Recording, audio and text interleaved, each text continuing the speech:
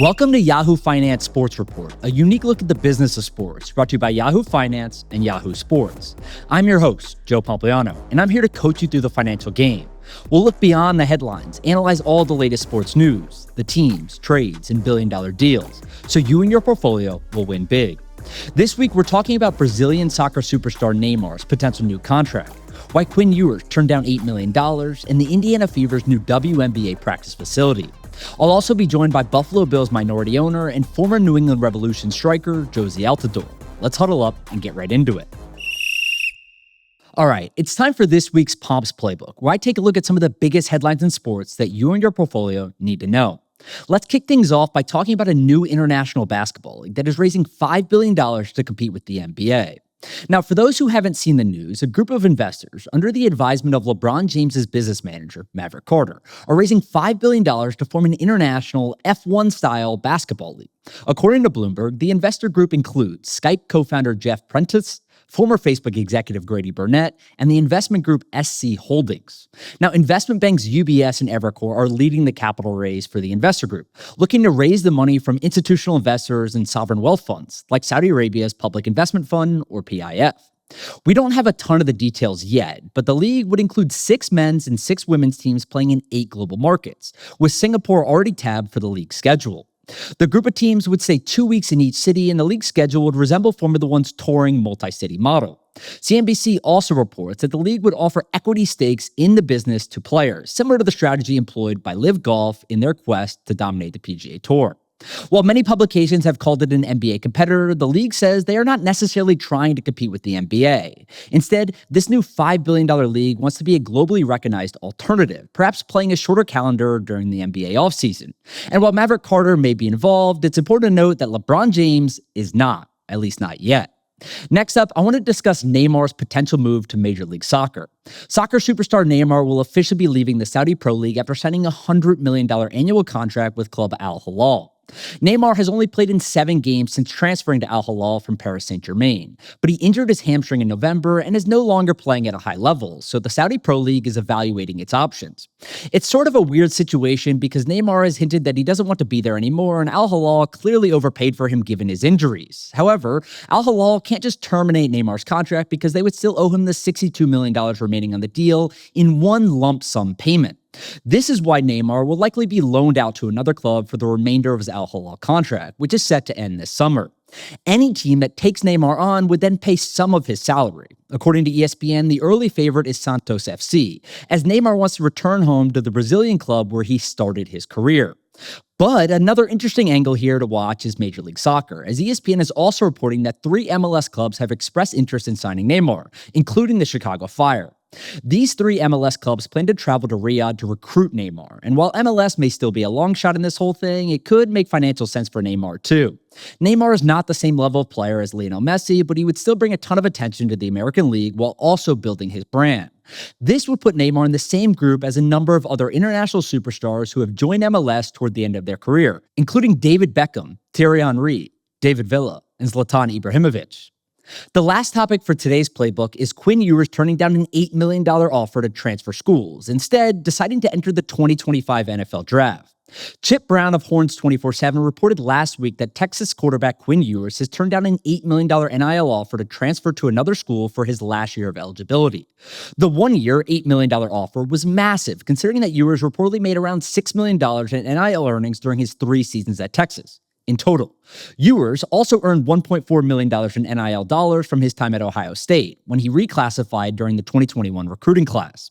Now, although the $8 million offer was enticing, Ewers' high school football coach Riley Dodge told 24/7 Texas was the only place Ewers wanted to play college football, and that Ewers wanted to leave Texas in good standing. So, with a return to Texas unlikely considering that Arch Manning is waiting to take over the starting quarterback job for the Longhorns, Ewers announced last week that he was declaring for the NFL Draft after 3 seasons at Texas. The fact that Ewers potentially turned down an $8 million NIL offer is bold, considering that he's not a surefire first or even a second-round pick. For example, ESPN's Pete Thamel spoke to NFL executives who placed Ewers in and around the top 100 NFL draft picks, and ESPN NFL draft analyst Mel Kiper Jr. currently has Ewers ranked as his 5th quarterback prospect. However, Quinn Ewers will now have some time to boost his draft stock as he enters preparation for April's NFL draft. Time will tell if Ewers' draft position ends up earning him more than the $8 million in NIL money that he was potentially offered, but keep an eye out for where he actually gets drafted. The NFL rookie wage scale puts the break-even line somewhere in the second round, as second-round picks this year are set to earn between $13 million at the top end to $7 million at the bottom end. This week for the deeper dive, where I give you a play-by-play analysis of news in the sports world and its significance to your bottom line, we're talking about NIL and how the Department of Education is saying athletes must be Title IX compliant. So for those who missed it, last week, the Department of Education's Office for Civil Rights released guidance for name, image, and likeness deals that said NIL and revenue-sharing payments must be Title IX compliant. As a reminder, Title IX, which was introduced in 1972, is a federal law that requires colleges who receive federal funds to provide equal benefits for both male and female athletes. The Department of Education noted in a 9-page fact sheet that NIL and revenue-sharing funds received by college athletes need to be in line with the gender equity standards of athletic scholarships and proportionally given to both men's and women's athletes. The fact sheet also noted that NIL money should be counted as financial athletic assistance, similar to grants and cost of attendance funds that can be given to students.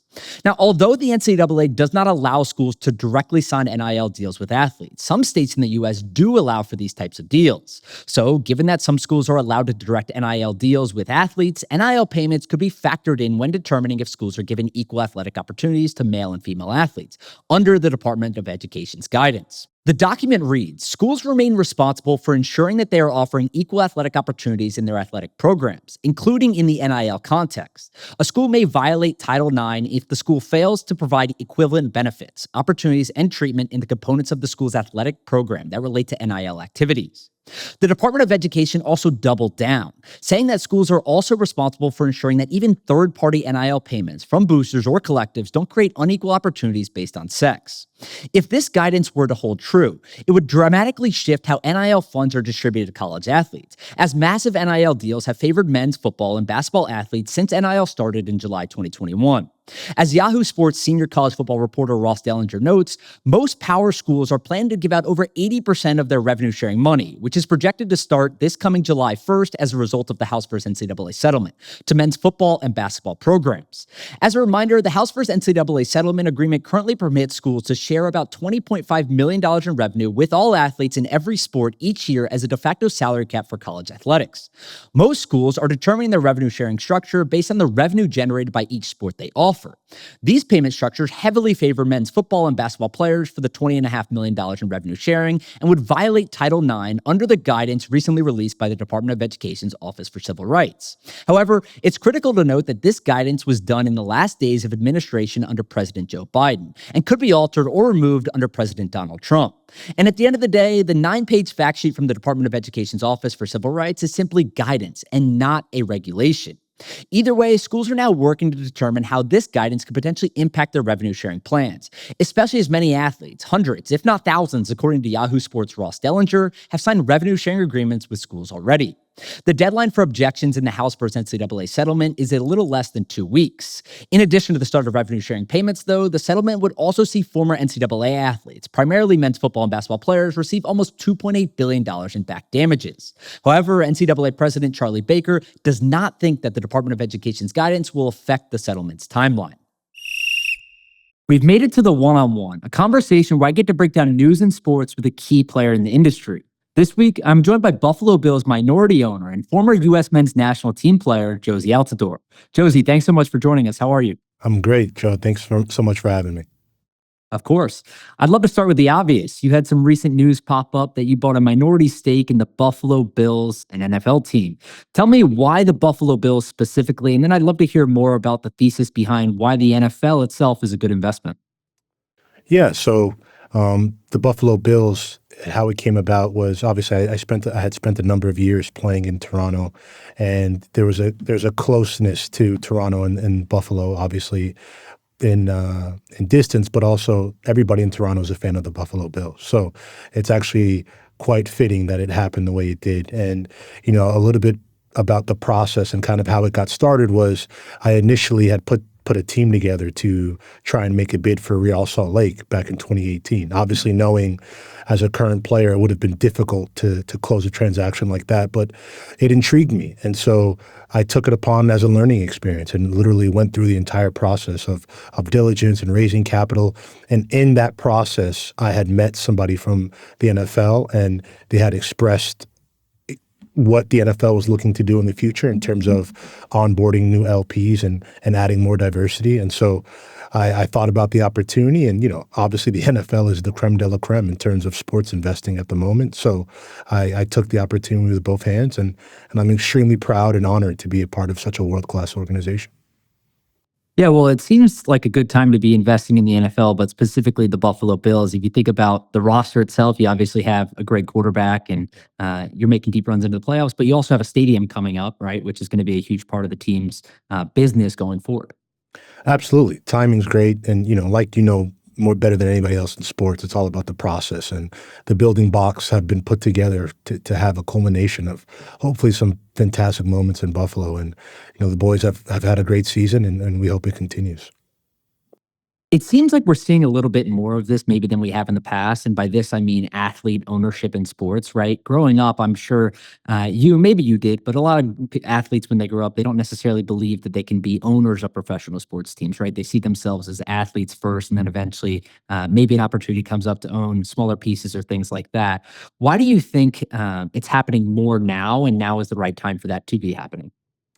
I think players and athletes have always been interested, right, in being investors. I think things have changed, right? Player salaries have gone up, right? So players are able to obviously deploy more capital than they were before, and quite frankly, I think sport brings everybody together, and we've seen that regardless of the sport. Today, whether it be the NBA or NFL, you're starting to see an influx of an international influence. And I think that also has its strong points. So you have these athletes from all around the world now wanting to invest and bring their said relationships into the ever-growing sports market. So I think it's advantageous on both sides. And I think we've seen that as of late, and I think we're going to continue to see it. All right, we've got to take a quick break, but we'll be back with Jozy Altidore right after this.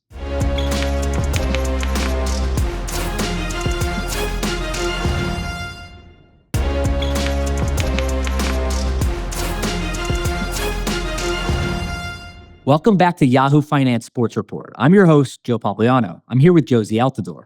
The Buffalo Bills are obviously the marquee investment that your name will pop up with over the next several months, I'm sure, but you've been quite active in a number of other deals, including TGL and SailGP. I'd love to talk about TGL specifically. It's this new indoor golf league, for those who haven't seen it yet, started by Tiger Woods and Rory McIlroy. It's essentially trying to speed up the pace of play in golf and make it more of an entertainment event rather than an on-course tournament. What excited you so much about TGL? Yeah, look, I'm a big believer of emerging sport and being disruptive. And when I looked at TGL and the process that they wanted to take, I thought it had disruption written all over it in a good way, and adding a different spin and a different connectivity to the consumers of golf and people that love the game, and painting the players in a different light, which I think could be something really beneficial for the game and the growth of the game as we continue to watch it evolve. So we're hopeful at TGL that we continue to have the influx of new fans and maybe people that weren't as familiar with golf and enjoy the faster pace. And it is an opportunity as well to have the best players in the world on display and kind of a little bit peeling back the shell a bit and taking a closer look at players a little bit out of their comfort zone in a different environment. I think the response has been great. I think it'll be a work in progress like any essentially startup is. But at the end of the day, I think everybody's super excited at how things have turned out to date and super excited for the future. For sure. I think the numbers have been much better than I initially expected, at least, and a positive sign for the future. But I'm curious, have you had a chance to test out the simulator yet? I did a bit. I did a bit about 6 months ago with my dad. I went to Palm Beach. So when I'm not, playing and traveling, I'm in Boca Raton, Florida. So the TGL stadium is in Palm Beach, right down the road. But I'll be there on the 27th. I'll be there on the 27th to watch Rory against Tiger, and I'll definitely get some shots in. And just can't wait to see the culmination of a number of years of hard work by the entire team. And super excited to get down there and get a feeling of the whole atmosphere and event for myself. That's awesome. I went to opening night, and it was great. I had a bunch of really positive reviews coming out of that, and I really enjoyed it as a fan. But Speaking of sports and maybe a less emerging sport, but a sport that's been around for a very long time and is the most popular sport in the world, soccer, football as they call it abroad. You obviously have a long career playing international, domestic, etc. Let's talk about MLS specifically. MLS has grown a lot over the last several decades, but even more so over the last few years with now the Apple deal, Messi obviously coming here. What is just your 30,000 foot overview of where MLS is as a league today? I think you can't deny the growth. Looking at the growth of MLS from where it started to today, it's undeniable.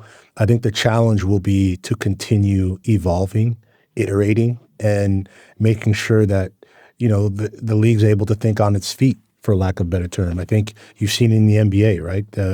It's becoming a challenge now to identify with the consumer and make sure that you're engaging and you're offering something different. So I think that'll be the continuous challenge for MLS to be able to be eager enough to find new frontiers for the league and different ways to connect.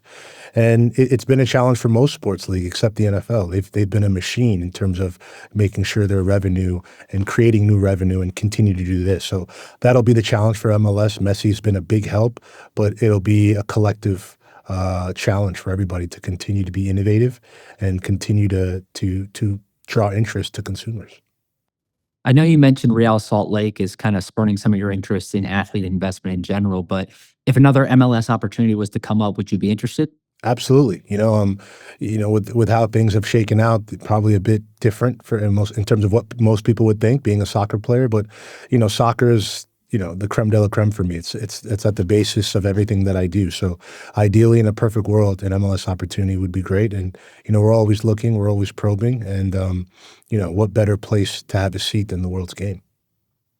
If there was one thing that you could, I don't know if change is the right word, but implement in MLS to make the league grow, or based on your experience playing in the league, what would it be? Right? Like I think most people look at it and they say, okay, if you want to get the world's best players over here, you need to pay them more money than they can get elsewhere. They'll come and they'll play here. But we're sort of a little bit further away from that than I think people probably realize because of some of the economics and things like that. But from a competitive standpoint, from how the players are treated, from the stadiums, things like that, is there anything that you can point to that you think would make a pretty substantial difference in the short term? Yeah, I mean, at first as a player, I think the number of things that the league has grown upon and made the player experience better has been amazing, and I think they continue to do that, and that's a huge recognition to the players union and the league itself for engaging the union and kind of that give and take relationship. What would I like to see improve? I think just, yeah, the amount of investment, but in a strategic way. Like, obviously, being a player from the league, I want to see the best things happen for the league. I want players to get paid and all those things. But I think it has to be done in a way that highlights growth, right? And maintains the idea to where MLS can think for the next 20 to 40 to 50 years and not something where, you open up the investment too early and everything crashes. So I think sustained smart growth will only be beneficial for the league. And I think we've seen that. It'd be great to see it a little bit more in terms of the investment. But I think in the way it's growing now is in a good, smart, controlled way. How do you think the upcoming World Cup in 2026 will impact the sport here in America? I mean, if history is anything to go off of, I think you saw the boom of the sport and the investment in the sport, the investment in youth development after the 94 World Cup and then the 99ers, obviously, looking at what the Women's World Cup did in 99 to kind of catapult the game for the women and the men in the sport in general. I think the same thing will be key here in 2026. And, I think the most important thing is for our team to galvanize the country and let investors know that this is a game in a country that they need to deploy capital, and as well as the youth development. Those are two things that go hand in hand, and making sure we have an eye on tech. I think that'd be a mistake to not be, having an eye on the future and making sure that we as a soccer nation are heavily invested in tech and the future of technology. How do you expect the U.S. men's national team to perform in the World Cup? Oh, the fan in me wants them to win it all, right? We love for that. But realistically, I think the team needs to focus again on getting out of the group stage and galvanizing the country in a way that we haven't seen. And there are different ways to do that. But the most American way is making sure that we're a team that's going to compete, fight for the crest, and make the country fall in love with them. And I think the team has done that at points in the past. And, I think it's going to be needed on a home World Cup. What is your favorite city or country that you've played soccer in? Oof. Favorite city? This is going to be a bit of a wild one, but I'll say in Bosnia. Wow, why Bosnia? Bosnia was amazing. Well, I scored a hat trick there in Sarajevo, so there's that. A little bit of bias, but it was one of the best trips I've ever spent, abroad. We were there for a week, and such a beautiful country, so many beautiful cafes and restaurants. The food was amazing. If there's one place I can go back to, I would love to go back to Sarajevo. That was a great trip. I love that. Last question for you. You've looked at a bunch of these different emerging sports leagues over the last few years, it sounds like, from obviously the big dogs, the NFL, MLS, et cetera, all the way down to TGL, SailGP, and a number of others. What's one sport or sports league that people should be paying attention to that they maybe aren't as much today? And this is, being fully transparent, I'm not even invested yet in the league, but I think what the PPL has done, right? The Pro Lacrosse League and Paul, what they've been able to do, what he's been able to do has been exemplary. And I think anybody that's a fan of sport, a fan of innovation, they're just a fan of, of a good story as well. What they've been able to do there at that league, what he's done, has been such a fun thing to watch and follow. And so I continue to hope that they continue to keep growing in the right direction, and hopefully I can be a part of their growth. 100%. Mike and Paul Rabel are awesome guys, but thank you so much for joining us, Jozy. Thank you so much for having me. You're a legend, man. The clock is winding down here, but we have just enough time for some final buzz. So I want to talk about the Caitlin Clark effect with the Indiana Fever. After making the playoffs for the first time in nearly a decade, the WNBA's Indiana Fever are investing in the future of the franchise, recently announcing the construction of a $78 million performance center in downtown Indianapolis. The Indiana Fever currently practice in Gainbridge Fieldhouse, an arena that they share with the NBA's Indiana Pacers. However, this new practice facility will be a dedicated space for the WNBA team, with players still able to walk over to Gainbridge Fieldhouse via a skybridge that connects the two. The 108,000 square foot facility will consist of 3 floors, with 2 full-length basketball courts, a locker room, weight room, full-service kitchen, recovery area with saunas, steam rooms, and float tanks, and even a nail salon, childcare space, and podcast studio. This will make the Indiana Fever one of just a few teams in the WNBA with dedicated practice facilities, similar to Las Vegas, Seattle, Phoenix, and soon to be Chicago too.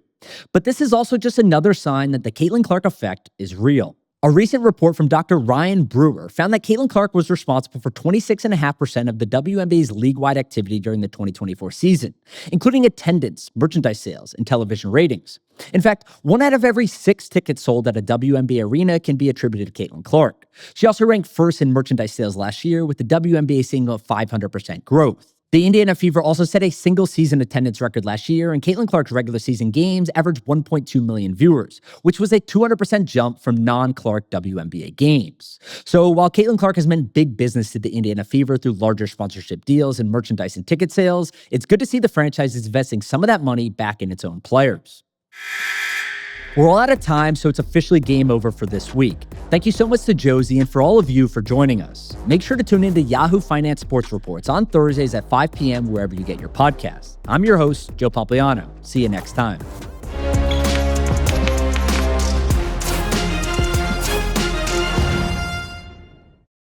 This content was not intended to be financial advice and should not be used as a substitute for professional financial services.